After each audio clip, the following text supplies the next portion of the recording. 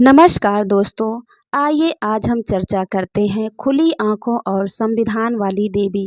न्याय देवी की प्रतिमा जिन मूल्यों की ओर इशारा कर रही है, उन्हें हम कितना देख समझ पाए हैं। अगर नहीं समझ पा रहे हैं तो उसे सुनने समझने के नए प्रयास होने चाहिए। आम धारणा है कि न्याय की देवी की आंखों पर बंधी पट्टी यह बताती है कि कानून अंधा होता है। ऐसी समझ को लेकर साल 1983 में अंधा कानून नाम से एक लोकप्रिय फिल्म बन चुकी है। यहाँ तक कि न्याय की देवी के हाथों में तराजू के झुके पल्ले को अन्याय के संकेत के रूप में ही दिखाया जाता रहा है। मगर अब ये सब बातें इतिहास बन जाएंगी। न्याय की देवी की नई प्रतिमा न सिर्फ खुली आंखों वाली है, बल्कि तलवार की जगह इनके हाथ में संविधान है। तराजू के पलड़ों को भी अब बराबर कर दिया गया है। देवी का रंग भी श्वेत कर दिया गया है। खबरों की माने तो ऐसा इसलिए किया गया है क्योंकि भारत गुलामी के सभी संकेतों से बाहर निकलना चाहता है। आंखों से पट्टी हटाकर यह बताया गया है कि कानून कभी अंधा नहीं होता। तलवार को हिंसा का संकेत समझा गया था और इसे हटाकर बताया गया है कि देश संविधान से चलता है। तराजू के बराबर पलड़े का अर्थ है सभी के लिए न्याय के समान अवसर। श्वेत रंग संभवतः शुभ या शुचिता का संकेत देता है। बहरहाल न्याय की देवी के पुराने संकेतों को हम अपने कई विश्लेषण करने को स्वतंत्र हैं, लेकिन न्याय का तगाजा यही है कि हम उसे उसी नज़र से देखें जिस नज़र से इसे स्वीकार किया गया था।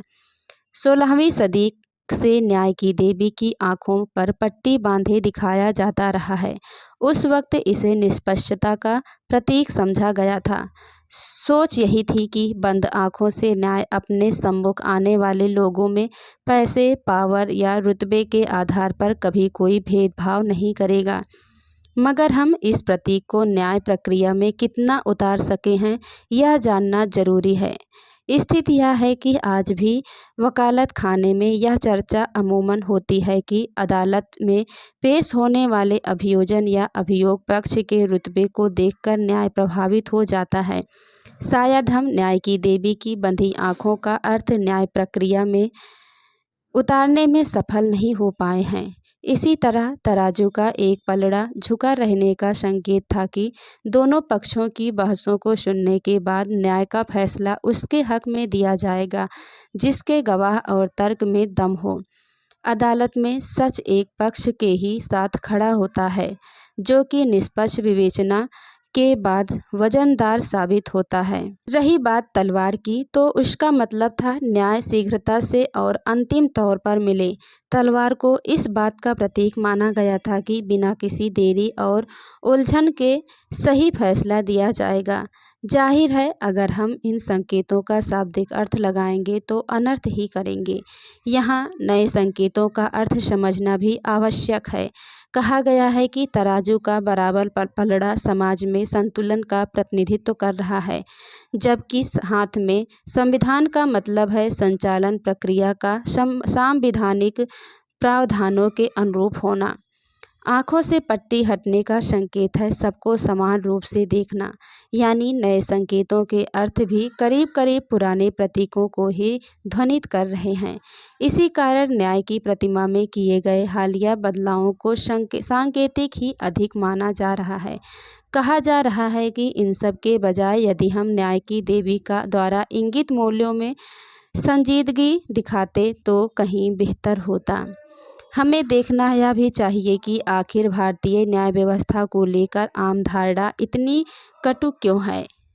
यह क्यों माना जाता है कि यहाँ न्याय देर से मिलता है, जबकि अदालतों में तारीखें अनवरत मिलती रहती हैं। प्रस्तावना में जिस सामाजिक, आर्थिक और राजनीतिक न्याय की वकालत की गई है, उसे वास्तविक अर्थों में साकार करने में हम अब तक क्यों विफल रहे हैं। कानून के सम्मुख अभी सभी के समान होने का जो निर्देश संविधान देता है, उसे हम अपनी व्यवस्था में पूरी तरह क्यों नहीं उतार सके हैं। जब तक इन सवालों के उचित जवाब हम नहीं खोज लेते हैं, तब तक न्याय की देवी के प्रतीक चिन्हों की सार्थकता कटघरे में खड़ी की जाती रहेगी। कुल मिलाकर प्रतीकात्मक बदलावों का भारतीय न्याय व्यवस्था पर सीधे शायद ही कोई असर पड़ेगा।